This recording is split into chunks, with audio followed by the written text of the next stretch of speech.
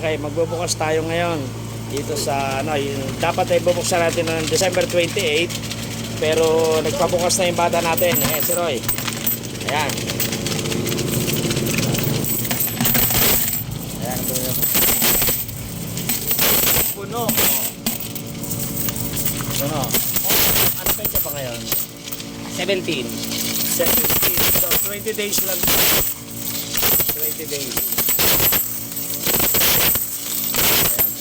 Puno, although kasi mababaw, pero maraming laman. So, manaman natin, tutuusin natin kung magkano. So, habang binubuksan namin, mayroon pa naglilinis. Ayan. Ayan, ang problema, nawala nga yung susi. Sabay-sabay na wala. So, ginrinder ko na to. So, isa, ginagrinder ko na yan.